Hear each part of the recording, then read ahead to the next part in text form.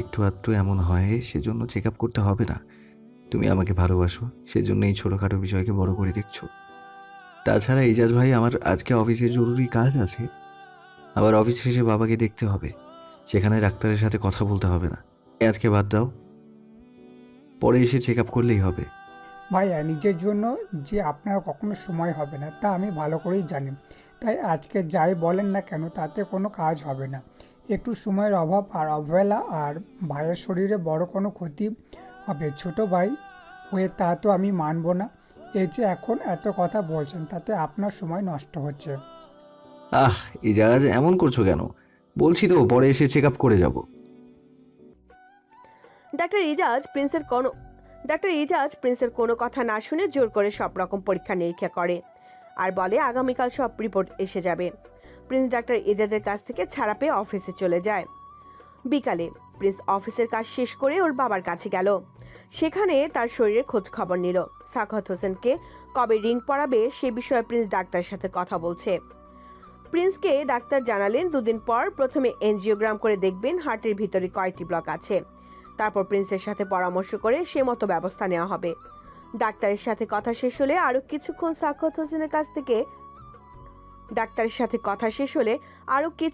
সাখাওয়াত হোসেনের কাছে থেকে প্রিন্স ওখান থেকে বাসায় ফিরে। রাতে প্রিন্স বাসায় ফিরেছে ঘন্টা 2 হয়েছে। এর মধ্যে মেহেক একবার এসে ওকে কিছু নাস্তা দিয়ে গেছে। প্রতিদিনের মতো আজকে পিছনে পিছনে ঘুরঘুর করেনি, বরং ওকে নাস্তা দিয়ে মনের রুমে গিয়ে বসে আছে। মহারানী যে গতকাল রাতের কথা নিয়ে অভিমান করে ফুলে ফেপে আছে তা প্রিন্স বুঝতে পারছে। একবার প্রিন্সের মন বলে মেহেকের অভিমান ভাঙাতে, আরেকবার মস্তিষ্ক বলছে সে অভিমান করেছে তাতে আমার কি। মন ও মস্তিষ্কের যুদ্ধে শেষমেশ মনের জয় হলো। প্রিন্স মনের রুমে গিয়ে মেহেককে অদেখা করে মনের সাথে কিছুক্ষণ আলাপ করলো। মেহেক ওখানে বসে বসে মন ও প্রিন্সের দিকে আর চোখে তাকিয়ে রেগে বোম হচ্ছে। ওরা দুজনে গল্পে এতটাই মজে গেছে, মেহেক যে এখানে বসে আছে তাদের সে খবর নেই। এদিকে প্রিন্স মেহেকের অবস্থা দেখে বুঝতে পারছে মেহেক রেগে যাচ্ছে। এখন আর রাগানো ঠিক হবে না ভেবে প্রিন্স মনের কাছ থেকে বিদায় নিয়ে রুম থেকে বের হওয়ার আগে বলে, মেহেক, আমার মাথাটা ভীষণ ব্যথা করছে, একটু মেসেজ করে দেবে? কথাটা বলে উত্তরের অপেক্ষা না করে প্রিন্স নিজেদের রুমে এসে পড়েছে। মাথা ব্যথা করছে এই একটা কথাতেই যেন মেহেকের সব রাগ অভিমান গলে পানি হয়ে গেছে। তার স্বামী অসুস্থ, তার কাছে থেকে সেবা যত্ন চাচ্ছে, এটা ভাবতেই ওর মনটা আনন্দে নেচে উঠল। অথচ গতকালে প্রিন্সের কথা শুনে ভেবেছিল সে আর কখনো সেদে সেদে প্রিন্সের কাছে অপমানিত হতে যাবে না। কম তো আর হলো না, 6 মাসের বেশি সময় ধরে মেহেক ওদের সম্পর্ক ঠিক করার চেষ্টা করছে। সেদিকে প্রিন্স পাত্তা দেয় না। আর গতকাল তো ওর চরিত্র নিয়ে কটু কথা শুনতে হয়েছে। যেহেতু মেহেক অন্যায় করেছে সেজন্য সে প্রিন্সের দেওয়ার কথার আঘাতকে শাস্তি মনে করে শুয়ে গেছে। তবে আর অপমান ও অপদস্থ হতে কখনো প্রিন্সের কাছাকাছি যাবে না মনে মনে পণ করে নিয়েছিল। কিন্তু প্রিন্সের মাথা ব্যথা করছে শুনে সব ভুলে গেল। দুজন অচেনা মানুষ বিবাহের পবিত্র বন্ধনে আবদ্ধ হওয়ার পর কেমন করে মিলেমিশে এক হয়ে যায়। একজনের ব্যথায় অন্যজনের মন ছটফট করে, একজন অন্যজনের জন্য মঙ্গল কামনা করে। এ যেন আল্লাহর অপরূপ সৃষ্টি। এদিকে মেহেকের মনে হচ্ছে তার স্বামী অসুস্থতার কাছে এই মানভিমান সে তো তুচ্ছ ব্যাপার। যদি মানুষটি সুস্থই না থাকে তাহলে কার সাথে অভিমান করবে। কথাটা ভেবে মেহেক আর এক মুহূর্ত দেরি না করে প্রিন্সের পিছনে পিছনে তাদের রুমে আসে। হয়তো এর জন্য জ্ঞানীগুণজন বলে স্বামী স্ত্রী একে অপরের পরিপূরক। প্রিন্স রুমে এসে চোখ বন্ধ করে চুপচাপ শুয়ে আছে। মেহেক ড্রেসিং টেবিলের ড্রয়ার থেকে বাম নিয়ে প্রিন্সের কপালে আস্তে আস্তে বাম দিয়ে ম্যাসাজ করে দেয়। অন্যদিকে প্রিন্সের আসলে মাথা ব্যথা করছে না, সে মেহেকের রাগ অভিমান ভাঙাতে ব্যথার কথা বলে এখানে এনেছে। তাছাড়া মেহেকের সেবা পেতে মনটা অস্থির হয়েছিল। ওদিকে মেহেক বেশ কিছুক্ষণ ধরে এক হাত দিয়ে প্রিন্সের কপাল টিপে দিচ্ছে, আরেক হাত দিয়ে চুলে বিলি কেটে দিচ্ছিল। প্রিন্স কিছুক্ষণ বইয়ের সেবা উপভোগ করে বলল, ব্যথা কমে গেছে, এবার ঘুমাও তুমি। প্রিন্সের কথা শুনে মেহেক ঘুমের জন্য তার কাছ থেকে দূরে সরতে নিলে হঠাৎ করে প্রিন্স মেহেকের হাত টান দিল। এতে মেহেক তাল সামলাতে না পেরে প্রিন্সের বুকে আছড়ে পড়ে। প্রিন্স 2 হাত দিয়ে মেহেককে বুকের মধ্যে চেপে ধরে। সে সময় মেহেকের গতকাল রাতের অপমানজনক কথাগুলো মনে পড়ে যায়। সে কারণে মেহেক প্রিন্সের কাছ থেকে নিজেকে ছাড়াতে চেষ্টা করে। প্রিন্স তা দেখে মেহেককে বুক থেকে সরিয়ে বালিশে চেপে ধরে চোখে মুখে কপালে গালে ছোট ছোট চুমু দিয়ে কানের লতিতে হালকা কামড় দিয়ে ফিসফিসিয়ে বলে, সরি বউ, গতকাল আমার ওভাবে বলা ঠিক হয়নি। আমার কাছে আসার একমাত্র অধিকার হচ্ছে তোমার, আর আমি কিনা তোমার স্বামী হয়ে তোমাকে হার্ট করে আজে বাজে কথা বলেছি। তা এখন ভাবতেই লজ্জা লাগছে। তোমাকে এমন জঘন্য কথাগুলো বলা আমার মোটেও উচিত হয়নি। আসলে গতকাল বাবাকে নিয়ে চিন্তিত ছিলাম, তাই কি বলতে কি বলে ফেলেছি বুঝতে পারিনি। তুমি তো জানো বউ আমার মনের অবস্থা।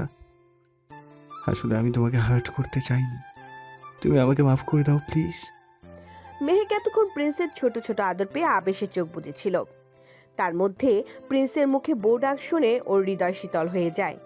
এই বাক্যটি শুনতে কতদিন ধরে অপেক্ষা করছিল, আজকে তা শুনতে পেল।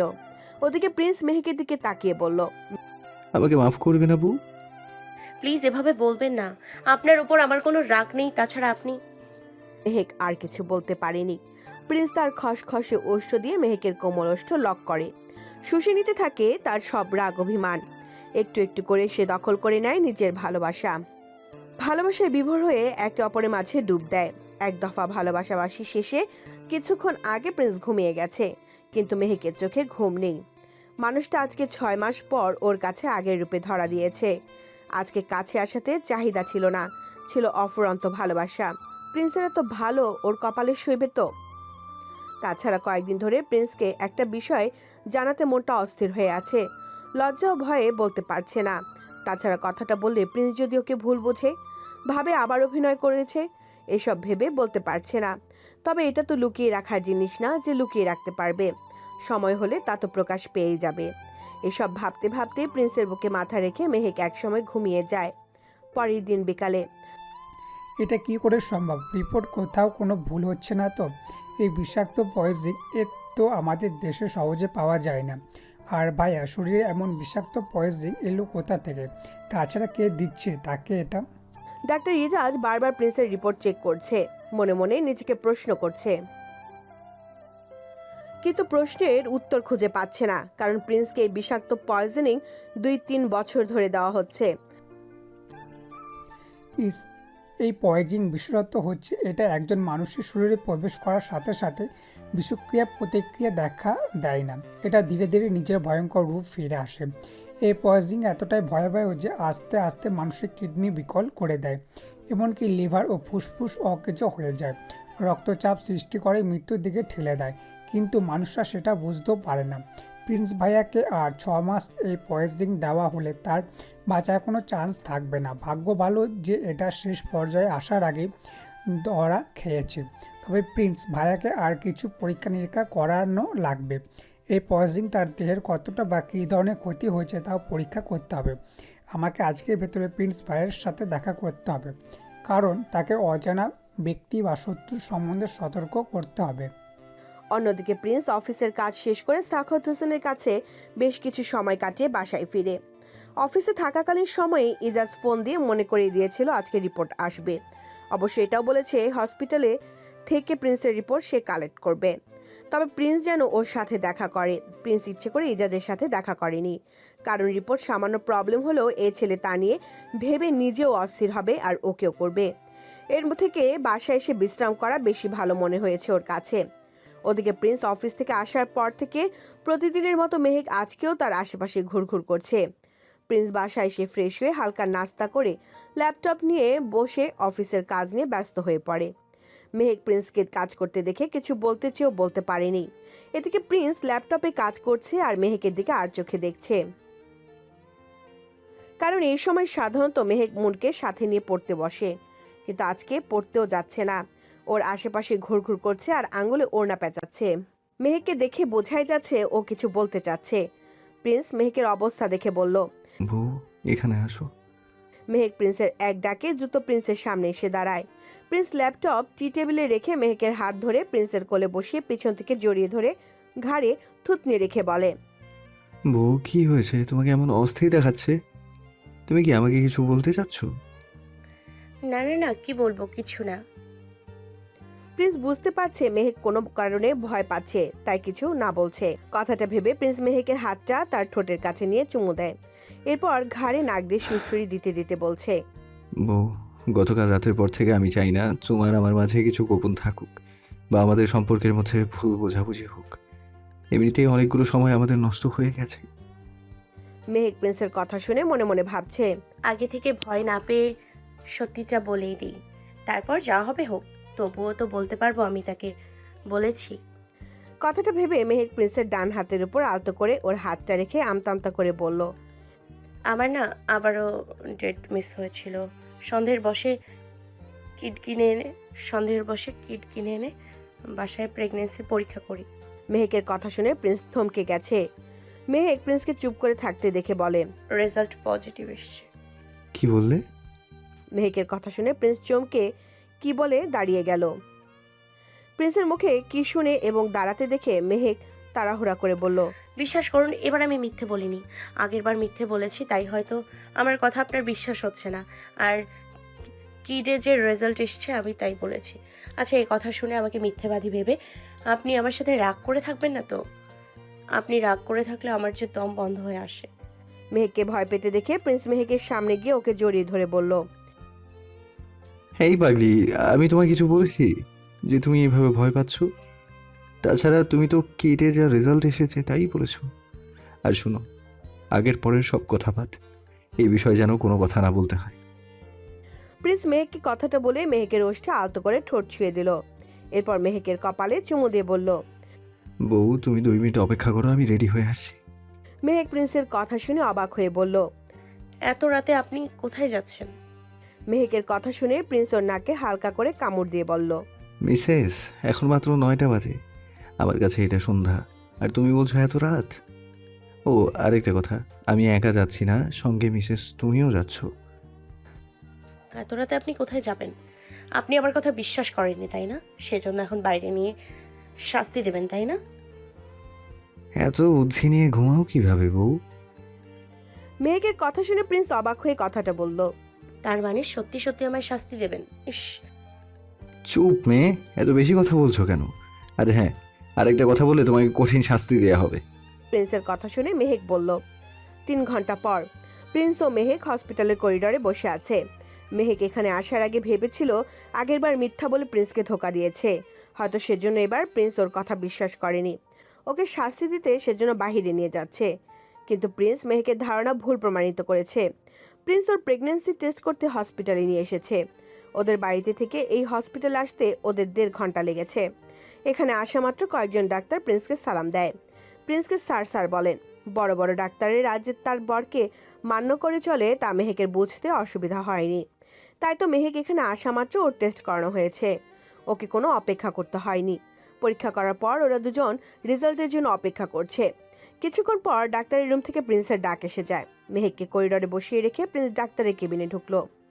কিছুক্ষণ পর প্রিন্স ডাক্তারের কেবিন থেকে গম্ভীর মুখে বের হয়ে শক্ত কণ্ঠে মেহেককে বলে, বাসায় চলো।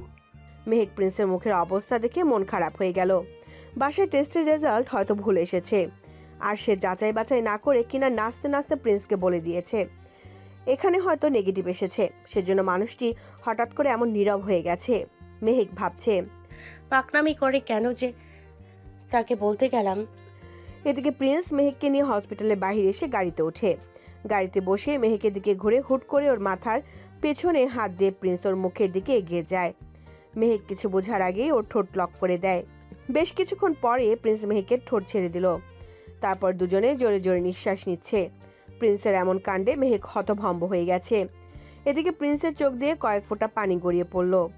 মেহেক প্রিন্সের চোখে পানি দেখে কাপা কাপা গলায় বলে, আপনার কি কোথাও কষ্ট হচ্ছে? বহু, এটা আনন্দ অশ্রু, কষ্টের না। আমার মতো খারাপ মানুষ দ্বিতীয়বার যে বাবা হওয়ার খুশি সংবাদ শুনতে পাবো, তা তো কল্পনাও করিনি। কিন্তু আমার আল্লাহর বড় মেহেরবান যে আমাকে তোমার মধ্যে বাবা হওয়ার সুযোগ দিয়েছে। ধন্যবাদ বউ। সত্যি আমি মা হব? প্রিন্স ইশারায় হ্যাঁ বোঝায়। তারপর বলে, মিসেস, আজকে ইচ্ছে ছিল তোমাকে নিয়ে লং ড্রাইভে যাব, কিন্তু আমার একটা ছোট ভাই মানে ডাক্তার ইজাজ 2 ঘন্টা ধরে আমার জন্য আমাদের বাসায় এসে বসে আছে, সেই জন্য আজকে যেতে পারছি না। যাওয়ার সময় তো আর চলে যাচ্ছে না, এখন কোথাও যাব না, বাসায় চলুন। চলো বলে গাড়ি ছাড়ে। বাড়িতে ডাক্তার ইজাজের কথা শুনে প্রিন্সের ঘোর লেগে গেছে। কেউ তাকে বছরের পর বছর খাবারের মধ্যে বিষ দিচ্ছিল, আর সে টেরও পায়নি। এই কথা জেনে প্রিন্স বুঝতে পারছে না কি প্রতিক্রিয়া দিবে। আজকে তার কাছে দুটি বড় সংবাদ এসেছে। প্রথমটি হচ্ছে সুসংবাদ, সে বাবা হবে, আর অপরটি হচ্ছে তার দুঃস্বপ্ন। প্রিন্সের ক্ষতি করতে আশেপাশে লুকিয়ে আছে কালনাগিন, যে ধরাছোঁয়ার বাইরে থেকে ওকে প্রতিনিয়ত ছোবল মারছে। প্রিন্স তা আদৌ জানে না। সন্দেহের বশে নিজের হাতে কোনো নিরপরাধ মানুষকে শাস্তি দিতে চায় না। তবে শত্রু যেই হোক তাকে প্রিন্স ঠিক খুঁজে বের করবে। ঘরের মধ্যে অজানা শত্রুকে মুক্ত ছেড়ে হাতে হাত রেখে বসে থাকারও পাত্র সে নয়, কারণ সে এটা জানে কেউ বাহিরে থেকে এসে ওর খাবারে বিষ দিতে পারবে না। এটা নিশ্চিত শত্রু তার বাড়িতে ঘাপটি মেরে রয়েছে, তাকে খুঁজে বের করা মাত্র কিছু সময়ের ব্যাপার। তবে কথা হচ্ছে, যে লোক ওর খাবারের সাথে গরমিল করছে, সে যে মেহেক আর মনের খাবারের সাথে একই গরমিল করছে না, তার গ্যারান্টি কি? এই মুহূর্তে মেহেকের শরীরে সামান্য পরিমাণ পয়জনিং ওর ভবিষ্যৎ প্রজন্মকে আসার আগে শেষ করার জন্য যথেষ্ট। তাছাড়া সবচেয়ে বড় কথা হচ্ছে, 5 বছর ধরে ওর জন্য একজন মানুষ রান্না করে, সে হচ্ছে জন। তাহলে কি জন এই কাজ করেছে? এইসব ভেবে প্রিন্স অস্থির হয়ে পড়ে। এদিকে ডাক্তার ইজাজ প্রিন্সের দিকে তাকিয়ে বলে, ভাইয়া, আমার কথা বুঝতে পারছেন তো? একবারও কি চিন্তা করে দেখেছেন আপনি নিজের শরীর নিয়ে এখনও যদি সতর্ক না হলে পরবর্তীতে হয়তো সুযোগ পাওয়ার জন্য বেঁচে নাও থাকতে পারেন? প্রিন্স ডাক্তার ইজাজের মুখে নিজের মৃত্যুর কথা শুনে বলল, তোমার কথাটা বুঝতে পারছি ডাক্তার, তবে এই মুহূর্তে আমার নিজেকে নিয়ে ভাবছি না। তোমার কথা শুনে আমি তোমার ভাবিকে নিয়ে চিন্তায় আছি। আপনার জীবন নিয়ে যেখানে সংশয় চলেছে, সেখানে আপনি আমাদের সুস্থ ভাবিকে নিয়ে পড়ে রয়েছেন। ব্যাপারটা কি হচ্ছে তাই তো বুঝতে পারছি না। প্রিন্সের কথা শুনে ডাক্তার ইজাজ অবাক হয়ে প্রিন্সকে উপরের কথাগুলো বলল। ডাক্তার ইজাজের কথা শুনে প্রিন্স বিরক্ত হয়ে বলে, তোর কথা শুনে আমার ইচ্ছে হচ্ছে তোকে থাপ্পড় দিয়ে গাল লাল করে দিতে। প্রিন্সের কথা শুনে ডাক্তার ইজাজ শুকনো ঢোক গেল। ইজাজ জানে প্রিন্স ইজাজের উপর বেশি রেগে গেলে তুই করে বলে, আর এখন যেহেতু তুই করে বলছে, সাথে থাপ্পড় মারতে চাচ্ছে, তার মানে প্রিন্স ভাই ওর ওপর ভালোই খেপে গেছে। কিন্তু ভাইকে খেপে যাওয়ার মতন কিছু বলেনি। ডাক্তার ইজাজকে চুপচাপ গোমরা মুখে বসে থাকতে দেখে প্রিন্স বলল, ইজাজ, জানিস আল্লাহ পাক আমার ঝুলিতে আরেকবার বাবা হওয়ার সুযোগ দিয়েছে। আমি আবারও বাবা হব। আজকে বিকেলে তোর ভাবির প্রেগন্যান্সির রিপোর্ট দেখে কনফার্ম হয়েছে। আর তুই কিনা বলছিস ভাবিকে নিয়ে চিন্তা করার কি আছে? তাহলে বল কেমন লাগে? কংগ্রেস ভাইয়া, এবং সরি। তবে বাবা হব খবরটি শুনে যতটা খুশি ছিলাম, কিছুক্ষণ আগে তোমার কথা শুনে তার থেকে বেশি কষ্ট পেয়েছি এবং ভয়ে আছি। ডাক্তার ইজাজের কথা শুনে প্রিন্স কথাগুলো বলল। ভয়ে আছেন? কিন্তু কেন ভাইয়া? প্রিন্সের মুখে ভয়ে আছে কথাটা শুনে ডাক্তার ইজাজ আশ্চর্য হয়ে যায়। প্রিন্সের মতো এমন ইন্টেলিজেন্ট ও ক্ষমতাসীন ব্যক্তিও ভয়ে আছেন, তা যেন মানতে কষ্ট হচ্ছে। প্রিন্স ডাক্তার ইজাজের প্রশ্ন শুনে বলে, ইজাজ, যে লোক আমার খাবারে বিষ প্রয়োগ করেছে, সে নিশ্চয়ই আমার বিষয়ে সব কিছু জেনে আটঘাট বেঁধে নেমেছে। আবার মৃত্যুর পর আবার স্থাবর অস্থাবর সম্পদের মালিক তোমার ভাবি এবং মন। সেজন্য যে আমাকে মারার চেষ্টা করেছে, সে নিশ্চয়ই ওদের ছেড়ে দেবে না। আর যেহেতু আমরা 3 জন একসাথে লাঞ্চ ও ডিনার করি, এই ওদের খাবারে যে বিষ দিচ্ছে না তা বুঝবে কেমনে? তাই তো আপনি ঠিক কথা বলছেন ভাইয়া, এটা তো আমি ভেবে দেখিনি আগে।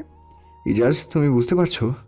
তোমার ভাবির খাবারে যদি সত্যি সত্যি পয়জনিং দেওয়া হয়ে থাকে, তাহলে আমাদের বাচ্চাটা পৃথিবীতে আসার আগেই শেষ হয়ে যাবে। এটা ভাবলে আবার সব উল্টাপাল্টা হয়ে যাচ্ছে। ভাই, আপনি ভাবি ও তার বোনকে নিয়ে আমার সাথে এই মুহূর্তে হসপিটালে চলুন। আমি দাঁড়িয়ে থেকে তাতে পরীক্ষা করাবো এবং দরকার হলে রাতের মধ্যে টেস্টগুলোর আর্জেন্ট রিপোর্ট দিতে বলবো। তবুও সন্দেহ নিয়ে বসে সময় নষ্ট করা ঠিক হবে না। ডাক্তার ইজাজের কথা প্রিন্সের পছন্দ হয়েছে, তাই ইজাজকে বসিয়ে রেখে মেহেক ও মুনকে ডাকতে রুমে যায়। প্রিন্স নিজের রুমে গিয়ে দেখে মেহেক খাটের সাথে হেলান দিয়ে বসে জুস খাচ্ছে আর চোখ মুখ কুচকে জিব্বা দিয়ে শব্দ করছে। মুখের এক্সপ্রেশন দেখে মনে হচ্ছে এটা টক, সেজন্য এমন করছে। ওর এক্সপ্রেশন দেখে প্রিন্স মুচকি হেসে মেহেকের কাছে গিয়ে এগিয়ে যাচ্ছিল। হঠাৎ করে প্রিন্সের মনে হয় এই জুসে পয়জনিং নেই তো। কথাটা ভেবে দ্রুত মেহেকের কাছে গিয়ে জুস ভর্তি গ্লাসটি ছুঁড়ে ফেলে দেয় এবং রেগে বলল, আসার সময় তো জুস এবং আরও কত কিছু খেতে বললাম, ইভেন খেতে রিকোয়েস্টও করেছি, তখন বললে খেতে ইচ্ছে করছে না। আর এখন কি করছো? এর মধ্যে তোমার ক্ষুধা লেগে গেছে? তাছাড়া এত রাতে তোমার জুস খেতে হবে কেন? প্রিন্স হঠাৎ করে মেহেকের মুখের কাছে থেকে গ্লাস ছুঁড়ে ফেলায় এবং রেগে কথা বলাতে মেহেক ভয় পেয়ে যাচ্ছে। প্রিন্স যখন খেতে বলছিল তখন ওর একটু খেতে ইচ্ছে করেনি, কিন্তু বাসায় আসার পর টক জাতীয় কিছু খেতে ইচ্ছে করছিল। তাই তো রিটাকে হালকা ঝাল দিয়ে আমড়ার জুস করতে বলেছে। সামান্য একটা জুস নিয়ে প্রিন্স ওকে কথা শোনাবে ভাবতেই পারছে না। ভয়ে লজ্জায় মেহেকের কান্না পাচ্ছে। এই লোক দুনিয়ার সবার সাথে ভালো ব্যবহার করে, শুধু ওর কাছে এলেই যত রাগারাগি করে, খবিশ একটা। আর রিটা বলে তার বস নাকি দয়ার সাগর, যত সব ফালতু কথা। আসুন রিটা সম্পর্কে মেহেকের থেকে একটু জেনে নেই। এই বাসায় প্রথম যখন এসেছে সে সময় রিটাকে তেমন পছন্দ হতো না মেহেকের। মেয়েটা সবসময় ওর উপরে নজরদারি রাখতো, এমনকি বিয়ের পরের দিন এই মেয়ের জন্য শেষ মুহূর্তে এই বাড়িতে থেকে পালাতে পারেনি। সেজন্য মেহেক আগে কখনো রিটার সাথে কথা বলতো না।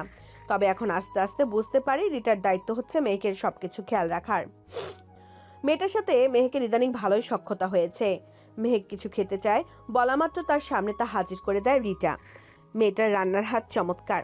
মেয়েটার কাছে শুনেছি মেয়েটার এক সময় সব ছিল, কিন্তু ভাগ্যের ফেরে সব হারিয়ে প্রিন্সের এখানে এসে তার দয়াতে এই বাড়িতে আশ্রয় পেয়েছে। এই লোক আমাকে ছাড়া সবাইকে দয়া দেখায়, মুখে শুধু ভালোবাসা বলে। ভালোবাসার মানুষকে এভাবে কেউ সামান্য জুসের জন্য বকতে পারে? প্রিন্স মেহেকের চোখের দিকে তাকিয়ে দেখে চোখে পানি টলমল করছে, যে কোনো মুহূর্তে মাটিতে পড়ে যাবে। মেহেকের চোখে পানি দেখে প্রিন্সের বুকটা মোচড় দিয়ে উঠল। প্রিন্স মেহেককে জড়িয়ে ধরে বলল, সরি বউ, হঠাৎ কি বলে ফেলেছি বুঝতে পারিনি তুমি এত কষ্ট পাবে। প্রিন্সের কথা শুনে মেহেক কিছু বলেনি, মুখ গোমড়া করে চুপচাপ বসে আছে। প্রিন্সের মনে হচ্ছে এই মুহূর্তে মেহেকের অভিমান ভাঙাতে অনেক সময় লাগবে, যে এখন দেওয়া সম্ভব নয়। এখন দ্রুত মেহেককে নিয়ে হসপিটালে যেতে হবে। কথাটা ভেবে প্রিন্স মেহেকের দিকে তাকিয়ে বলে, বসে না থেকে জলদি নিচে এসো, আমি মনকে নিয়ে আসছি। এত রাতে কোথায় যাচ্ছে, কেন যাচ্ছে? মেহেক তা বলতে চেয়েও বলেনি, বকা খাওয়ার ভয়ে। রাত প্রায় 2টো বাজে। মন ও মেহেকের টেস্ট করিয়ে কিছুক্ষণ আগে ওদের নিয়ে বাসায় ফিরেছে প্রিন্স। টেস্ট করার সময় মেহেক কিছু না বললেও মন চিৎকার করে পুরো হসপিটাল মাথায় তোলে। ওকে থামাতে প্রিন্সের অনেক পরিশ্রম করতে হয়েছে। মনের চিৎকার চেঁচামেচি দেখে মেহেক ভয় পেয়েছিল। মেহেক ভেবেছে এই বুঝি প্রিন্স রেগে যাবে, কিন্তু ওকে অবাক করে প্রিন্স মনকে কিছুই বলেনি, বরং তাকে অনেক বুঝিয়ে শুনে টেস্ট করতে রাজি করায়। ওদিকে মন সহ মেহেককে হসপিটালে নিয়ে যাওয়াতে মেহেক কিছুটা ভয় পেয়েছে। প্রথমে ভেবেছিল সাখাওয়াত হোসেনের মানে শ্বশুর বাবার কিছু হয়েছে, আবার ভেবেছে হয়তো প্রিন্স এখনও ওকে বিশ্বাস করতে পারছে না, এজন্য আবারও টেস্ট করতে নিয়ে এসেছে। মনকে সাথে এনেছে যাতে মেহেক মনকে নিয়ে চিন্তা না করে। তবে ওর সব উল্টাপাল্টা ধারণা বদলে গেছে নার্সের কথা শুনে। ওর প্রেগন্যান্সির রিপোর্ট কখন দেওয়া হবে? টেস্ট করানো হয়ে গেলে মেহেক নার্সকে কৌতূহলী বসে তো কথাটা জিজ্ঞেস করলো। নার্স মেহেকের কথা শুনে অবাক হয়ে যায় এবং বলে, ম্যাম, আমরা তো আপনার প্রেগন্যান্সি টেস্ট করিনি। আমরা আপনার শরীরে কোনো পয়জন আছে কিনা তা এবং বেবির কন্ডিশন কেমন তা টেস্ট করেছি। নার্সের কথা শুনে মেহেক হতভম্ব হয়ে গেছে। ওর এবং মনের শরীরে পয়জনিং আসবে কোথায় থেকে? বাবা হওয়ার খুশিতে প্রিন্সের নির্ঘাত মাথাটা গেছে। এই লোক রাত দুপুরে হসপিটালে নিয়ে এসেছে এসব ফালতু টেস্ট করাতে। আর এখানে আসার আগে জুস খাওয়ার জন্য ওকে কি বাজেভাবে বকেছে। সেজন্য মেহেক হসপিটালে যাওয়ার আগে ঠিক করেছে আজকে রাতে প্রিন্সের সাথে কথা বলবে না। এদিকে মেহেক বাসায় এসে মনকে ওর রুমে দিয়ে এসে ওকে ফ্রেশ হয়ে ঘুমাতে বলে। এরপর মেহেক নিজের রুমে এসে ফ্রেশ হয়ে এসে খাটে বসে। সে সময় প্রিন্স রুমে ঢুকে তার হাতে থাকা জুসের প্যাকেট খুলে গ্লাসে জুস ঢেলে মেহেকের হাতে দিয়ে বলল, এটাও হালকা ঝাল ও টক, তুমি খেয়ে দেখো, আশা করি খারাপ লাগবে না। বাকিটুকু এই রুমে ফ্রিজে রেখে দিয়ে বলে, আমি ফ্রেশ হয়ে আসছি, তুমি খাও।